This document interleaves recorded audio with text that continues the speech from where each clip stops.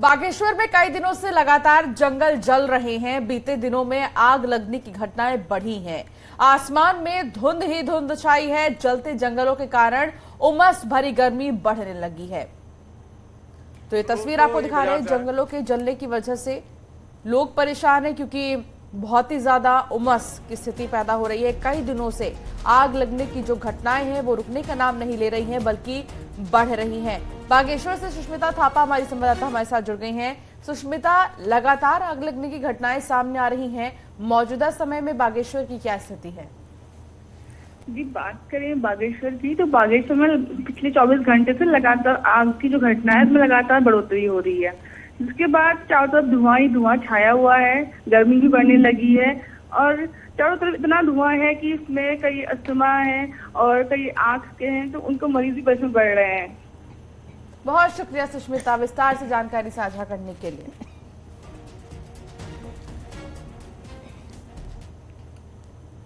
Uttarakhand board exam के result की तारीख तय हो गई है। एक साथ 10वीं और 12वीं का रिजल्ट आएगा। बोर्ड का रिजल्ट 25 मई को सुबह 11 बजे घोषित हो जाएगा। इस दिन बोर्ड मुख्यालय रामनगर में 10वीं और 12वीं के रिजल्ट सभी घोषित होंगे।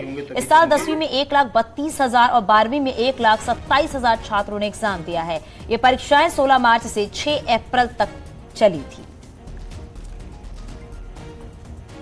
परीक्षाफल की घोषणा 25 मई को प्रातः 11 बजे परिषद कार्यालय में की जाएगी। दोनों रिजल्ट साथ आएंगे? जी हाँ, हाई स्कूल और इंटरमीडिएट दोनों परीक्षाफल की एक साथ घोषणा की जाएगी।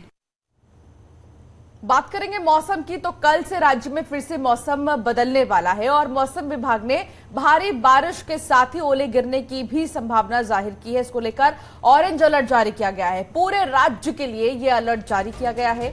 मौसम विभाग के मुताबिक 23 मई की शाम से मौसम बदल जाएगा और फिर 24 से 25 मई को तेज हवाओं के साथ भारी बारिश होगी। इसके अलावा ओले गिरने की भी आशंका है, जबकि ऊंचाई वाले इलाकों में बर्फबारी होगी।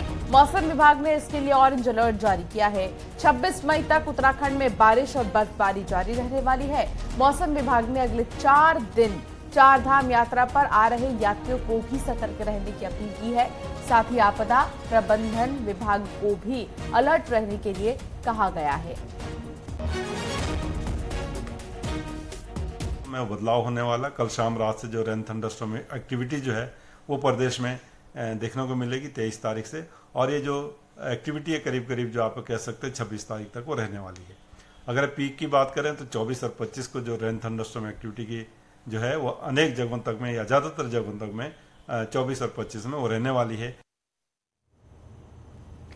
24 मई से ऋषिकेश के परमार्थ निकेतन में गंगा आरती के साथ G20 सम्मेलन के उत्तराखंड चैप्टर गढ़वाल आगाज होने जा रहा है, जिसके लिए सुरक्षा व्यवस्था चाक चौबंद कर दी गई है। 24 तारीख को ऋषिकेश के परमार्थ निकेतन गंगा तट से विदेशी मेहमान भारतीय अध्यात्म के साथ साथ उत्तराखंड की संस्कृति से भी रूबरू होंगे। उत्तराखंड के खाद्य पदार्थों के साथ उनका स्वागत किया जाएगा। रात्रि भोज में कॉन्टिनेंटल के साथ साथ उत्तराखंड की डिश को भी परोसा जाएगा।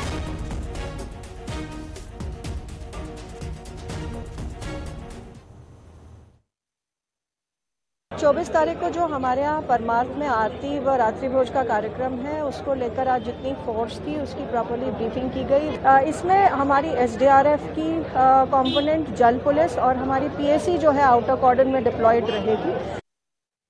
हमारे सहयोगी आशीष हमारे साथ लाइव जुड़ गए। आशीष, जरा बताएं G20 सम्मेलन को लेकर किस तरह की तैयारी देखने को मिल रही है, सुरक्षा के क्या इंतजाम? चांदनी, आपको बताना चाहूंगा G20 का आगाज होने जा रहा है 24 तारीख से, और इसको लेकर पूरे परमार्थ निकेतन के आसपास का जो स्वर्गाश्रम क्षेत्र है वहां को जीरो जोन घोषित कर दिया गया है। और पुलिस प्रशासन जो है, क्योंकि विदेशी मेहमानों की सुरक्षा सबसे बड़ा मुद्दा है, उसको लेकर पूरी तरह से तैयारी शुरू कर दी गई है।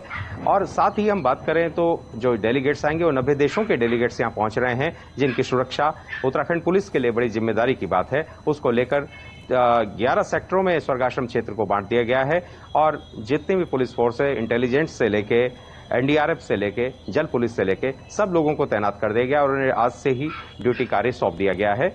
जैसे ही डेलीगेट्स आना शुरू होंगे तो उनको गंगा आरती कराई जाएगी। उसके बाद उनका डिनर का प्रोग्राम परमार्थ निकेतन के गंगा घाट पर है, जिसकी तैयारियां हो चुकी है और उसमें मोटा अनाज उनको परोसा जाएगा। जी बिल्कुल आशीष, G20 को एक अवसर के तौर पर भी हम देख सकते हैं उत्तराखंड के लिए। बहुत शुक्रिया जानकारी साझा करने के लिए। हरिद्वार में गंगा में डूब रहे एक युवक का रेस्क्यू कर उसकी जान बचाई गई है। बिहार से आए मंजीत नाम का युवक सप्तऋषि पुलिस चौकी क्षेत्र के परमार्थ निकेतन घाट पर नहा रहा था। नहाने के दौरान युवक गंगा की तेज लहरों में फंसकर डूबने लगा, जिसकी सूचना पर ड्यूटी पर तैनात पुलिस के जवान विक्रांत ने गंगा में छलांग लगा दी और डूब रहे मंजीत को सही सलामत बाहर निकाला।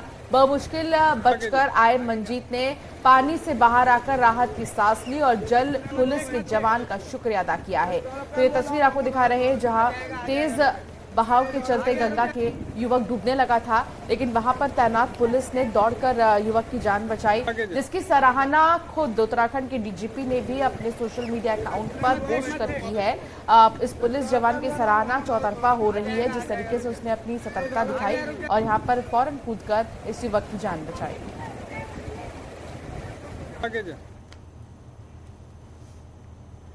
ओडिशा की राजघरानी और पूर्व पीएम वीपी सिंह की पोती के बीच हुए घरेलू हिंसा का मामला अब तूल पकड़ता जा रहा है। देहरादून में रह रही अद्रिजा ने सीएम थामी से मुलाकात की थी, जिसके बाद सोमवार को एसएसपी देहरादून से मुलाकात की।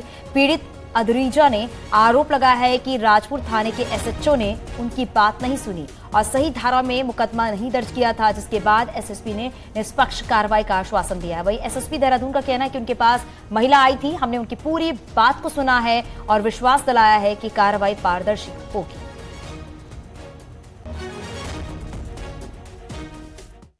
और उन्होंने दिलीप सिंह जी ने बहुत समय देके हमसे कहा कि ये पूरी जो समस्या है उसका देखभाल उसका मैटर को देखेंगे। से संबंधित जो बिंदु हैं उस पर मेरी चर्चा हुई है और बहुत सारे उनकी कुछ ग्रीवांसेस हैं उसको मैंने सुना और मैंने उनको अश्योर्ड किया है कि उस पूरी प्रकरण में तटस्थ होकर के पारदर्शी तरीके से पुलिस प्रभावी कार्रवाई करेगी। खटीमा पुलिस ने नशे में 211 प्रतिबंधित इंजेक्शंस के साथ एक युवक को गिरफ्तार किया है। युवक इंजेक्शंस को नेपाल बेचने ले जा रहा था। पुलिस ने टनकपुर रोड स्थित भारत पेट्रोल पंप के पास चेकिंग के दौरान एक बाइक को रोका और आरोपी विजय कुमार को धार दबोचा, जिसकी तलाशी के बाद 3 डिब्बों में कुल 211 नशे के प्रतिबंधित इंजेक्शंस को बरामद किया गया है। आरोपी को कोर्ट में पेश करने के बाद जेल भेज दिया गया है।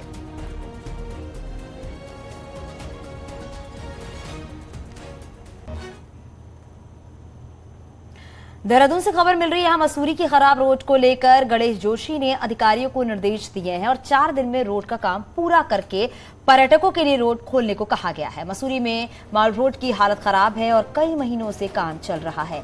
मसूरी विधायक और मंत्री गणेश जोशी ने पीडब्ल्यूडी विभाग के अफसरों को इसके लिए निर्देश भी दिए हैं। आज मैंने प्रशासनिक अधिकारियों को, विभाग के अधिकारियों को, पुलिस के अधिकारियों पर बुलाया था। मैंने उनसे कहा कि आप डे नाइट काम कीजिएगा और 4 दिन के अंदर उसको इस लायक कर दीजिएगा कि लोग चल सकें और बाकी काम आप बाद में करिएगा ताकि लोगों को दिक्कत न हो। जोशीमठ में पार्किंग व्यवस्था न होने से गाड़ियां अब शहर में नहीं रुक रही हैं, जिससे व्यापारियों को भी नुकसान हो रहा है। नगर पालिका के द्वारा जोशीमठ में वर्तमान समय में 8 पार्किंग बनाए गए हैं, जिसमें से 2 पार्किंग स्थल जोशीमठ भूस्खलन जोन होने की वजह से उनको बंद कर दिया गया है। इसके अलावा नगर पालिका जोशीमठ के द्वारा सरकार से मल्टीपर्पज पार्किंग बनाने की डिमांड की गई है, लेकिन जोशीमठ में लगातार बढ़ रहे भूस्खलन के बाद निर्माण कार्य बाधित है। जोशीमठ में पार्किंग की समस्या बहुत पुरानी समस्या रही है, जिस कारण यहाँ पर पर्यटकों को यहाँ रुक नहीं पाते हैं, गाड़ी पार्क करने की जगह नहीं है, क्योंकि जो पार्किंग हमारी बनी हुई है काफी पुरानी पार्किंगें हैं। लगभग 8 पार्किंग छोटी छोटी 8 पार्किंग हमारे पास उपलब्ध है। उन 8 पार्किंग 6 पार्किंग तो वर्तमान में काम गाड़ियां खड़ी हो रही है, पार्किंग हो रही है। और चलिए पहाड़ की 10 बड़ी खबरों पर भी नजर डालते हैं।